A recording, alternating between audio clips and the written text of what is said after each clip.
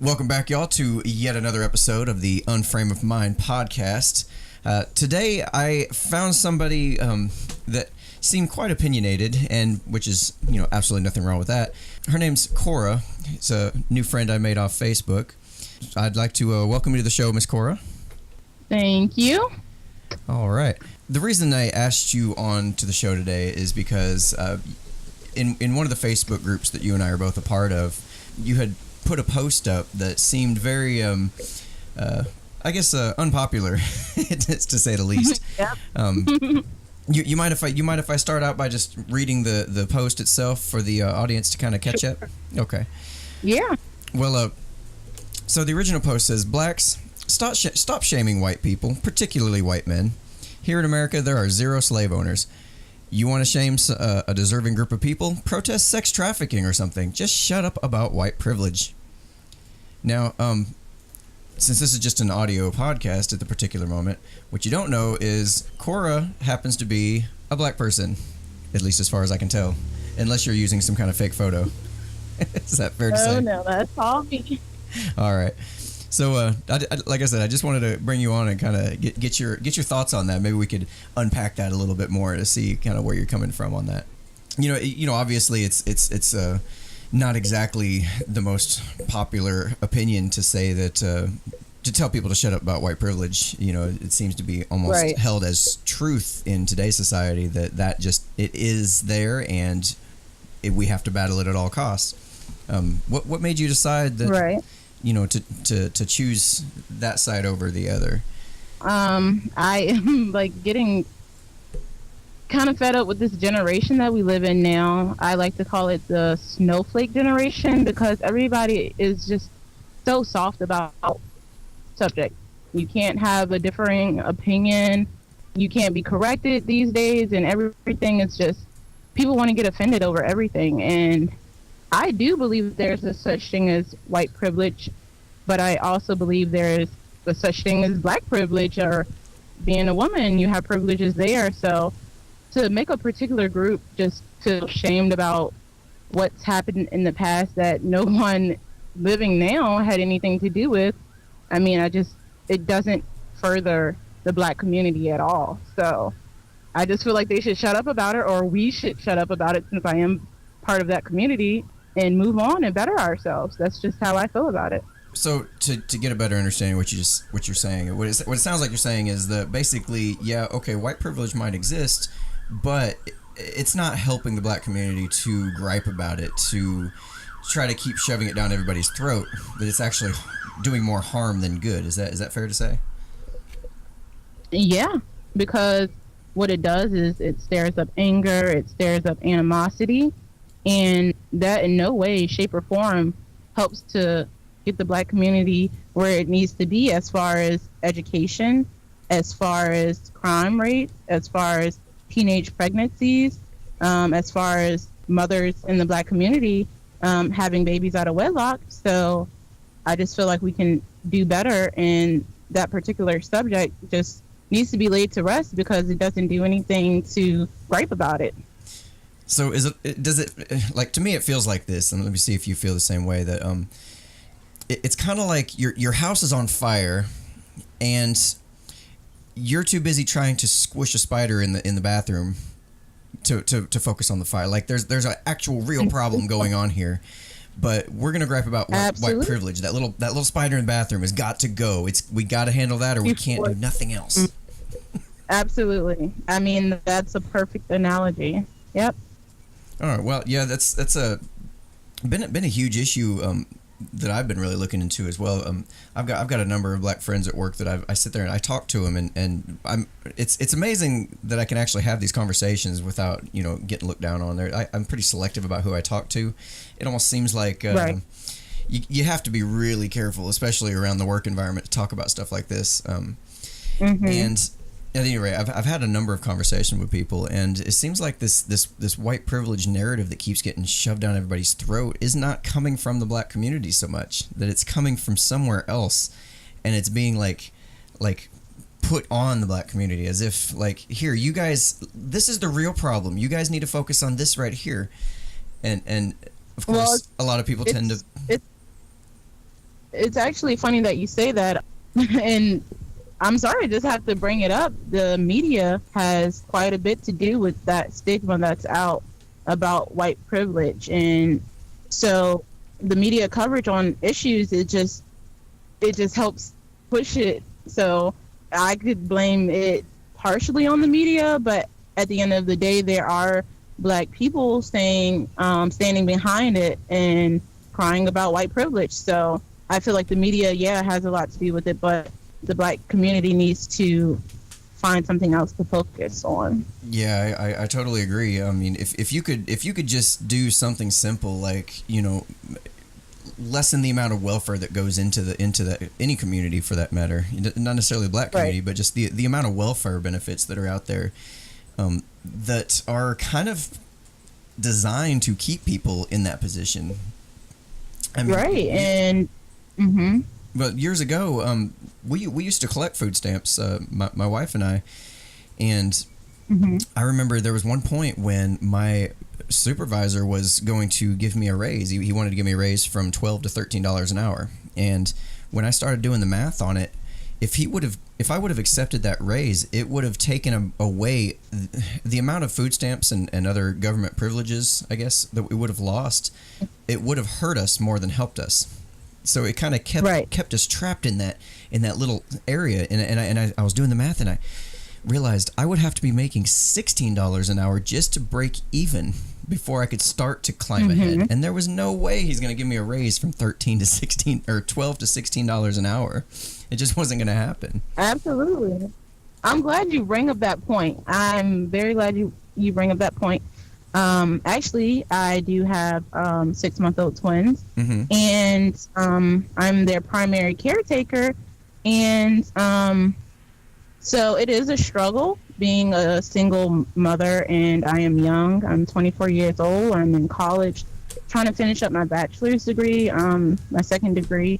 And it is a struggle. And so when it comes to the system and how it is designed, as you said, I can't even get childcare assistance for my kids unless I am on welfare, sorry. Mm-hmm. And I just think it's a crying shame when there's other people out there that's just living off of the government, just solely off of the government, and I work and I go to school and I need help with childcare while I further myself in school and work, but I can't get that unless I rely more on the government with welfare. So it is a struggle, and for them to deny me of that, it is a privilege, but at the same time, you're giving it to people who are not trying to further themselves. You see what I'm saying? It's just absolutely. The way the government is set up is it really there to help you, or is it there to keep you, in shackles? Unfortunately, I have to pay out of pocket for childcare, and that's killing me. I have other bills to pay, It's funny you bring up that point because it is set up. And I think that's another thing the black community needs to focus on. How can we get out of this? How can we make it so we can rely on ourselves and, the money that we bring in versus the government, as a whole? Because a lot of the black community does receive government assistance. Yeah, it's a huge amount for sure, compared to... I'm not saying there's anything wrong with it when you are trying and you're trying to better yourself. Right. But there's a big portion of the black community who lives, off of it. Oh, so I noticed that in your original post, you actually said that here in America there live 0 slave owners, but when you were just talking a minute ago, you mentioned that the welfare state tends to be like the shackles, like it's mm-hmm. That imagery kind of suggests, okay, maybe there is slave owners, but maybe it's not quite who you think it is. Does that make sense? Of course, and yeah, it makes total sense. While the post itself was referring to the slave ownership back in the day, right? With that analogy that you just gave, it is like kind of a control thing when it comes to the government and government assistance, and the black community, since that's what we're talking about right now, being under that assistance and in those shackles. Yeah, because absolutely. once you start, like you said, once you start relying on it, it's like, okay, but now, I'm trying to better myself, but now I can't receive these, if I make a certain amount of money, I can't continue to receive these benefits. And so I'm just going to be working to bring in the same thing when I can just get it from the government. So it is a hard thing. No, I've had this. But these are things that we need to focus on. Yeah, I've had this theory for a little while that I'm really trying to nail down, and it seems like all of these issues that keep coming up between black and white and rich and poor and whatever other division you want to point out, it seems like every one of these divides are kind of manufactured, and within that divide, there lies government. It's like, if I'm the government and I can get between black people and white people, and I can say, hey, look, these white people have been keeping you guys down, and they're still, they're practically still own you guys. And then you look at the black community and say, you look at the white people and say, listen, these black people, they ain't no good. They're causing all these crimes and stuff, and they're just trying to divide us and make us more and more apart. And it's like, that way neither one of us are focused on who is actually the problem here. Like, it's not like, the only asshole I see in the room is the damn government and the controlling power elites that are just constantly trying to control us. No one wants to talk about the elephant the elephant in the room. Let's talk about white privilege, instead of focusing on the real problem. Yeah. And now that you bring it up, to deter a little bit, there's an uprising divide between men and women. I'm sorry, but that's just, that's how I see it. That's the new one. Of the black and white divide, is here comes men and women and feminism. So that's a whole nother subject, but yeah. Yeah, and then you got your immigration and versus nationalism, stuff like that. Right. Mm-hmm. So I want to change gears just a little bit here. Now you mentioned that you're 24-year-old single mom of twins right now. But at the same time, you also seem to recognize that single parenthood in the black community tends to be a bigger problem that does need to be addressed. It absolutely is. Mm-hmm. It's interesting though, because a lot of people don't have the self-knowledge to recognize that. Maybe I'm part of the problem. Maybe this is something that I have control over, and maybe I can fix it. Is that something you resonate with there? Like, definitely so. I was engaged to be married when I found out that I was pregnant with the twins, and unfortunately things didn't work out with their father. Mm-hmm. And but nonetheless, I feel like, while there is a divorce, I feel like you should be married and established before having kids.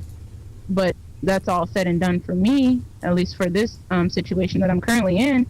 I want to teach and instill in my kids that it's best to have that bond established and that agreement established before having kids. Because it does take two to raise kids, and it takes a man and a woman, because I have a son. One of the twins is a boy, and I don't know how to be a man, so I can't teach him how to be a man. I can only teach him what I would expect from a man, but I can't teach him how to be a man. So that's another problem in the black community. There's not a lot of fathers in the household, right? And therefore it's just continuous. It's So and what do you think is going to have a bigger impact overall on a community? Is the children growing up with a father figure missing, or is it the boogeyman white people that are that are over there, taking advantage of the privilege? Like, exactly, we got to take a second and look at what the real problem is here, and figure out how we can instill those values that are necessary. And it seems like you realized, okay, well, I've made the mistakes. I'm owning up to them, and now I need to make sure that my children don't follow in my footsteps. And I feel you there, because I'm kind of going down the same path. Not exactly the divorce path and all that, but very similarly, where I want to be the example that my kids don't. I don't want them to make my same mistakes. Right, you want them to learn from some stuff that you already encountered. Right. Mm-hmm. Man, so yeah. So how you feeling about this conversation so far? Is it feel like it's going well? I mean, feel like we're dropping some truth bombs. Yeah, definitely so, and it's stuff that needs to be said, and I hope the black community hears and doesn't get offended by it, because I mean, from what we said and what we agreed upon so far, it can only make us better, not only in the black community, but, as far as coming together as a nation. Well, all we can do is just try to make things better, but... Sorry, I get what you're saying for sure, and it seems like, in order for that message to be heard, I don't want to I don't want to have you on necessarily to speak for the black community, but at the same time, you also, if somebody's going to hear a message, it's going to be easier to hear it from someone that's like them than it is to hear it from somebody who is supposed to be the enemy, if that makes sense. Right. Right. It's a damn shame. Yeah. It shouldn't be like that, for sure. Yeah, I agree. Because whenever I'm corrected, even when it came to having children out of wedlock, I have a life coach, and she happens to be white. Mm-hmm. Her name is Renee. And even when it comes to that, she told me, even when I was in the relationship, she said, this doesn't sound right. I don't think you should proceed with this. And outside of her wishes, I did. And here I am now, a single mother. So when it comes to being corrected, I feel like we need to listen, whether it be whoever, telling us, hey, listen up. This is what's going on. They're trying to put a racial divide between us, the media, society. And so let's come together and figure out what the real issue is. And the last thing that they want is for you and I to be having this conversation. I can tell you that right now. Absolutely. Absolutely. Yep. Feel like a rebel yet? Not really, because I'm always outspoken like this, whether it's my religious beliefs or just my personal beliefs. I'm always outspoken like this. I did get a lot of hate mail and trolling from the post that I made on that page. So even when you reached out to me, I was like, is this legit?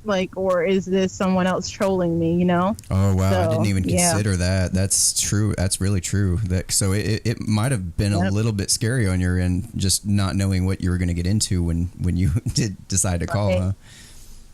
I mean, people they have pictures of me. They posted pictures on that same page of me that I don't even have online.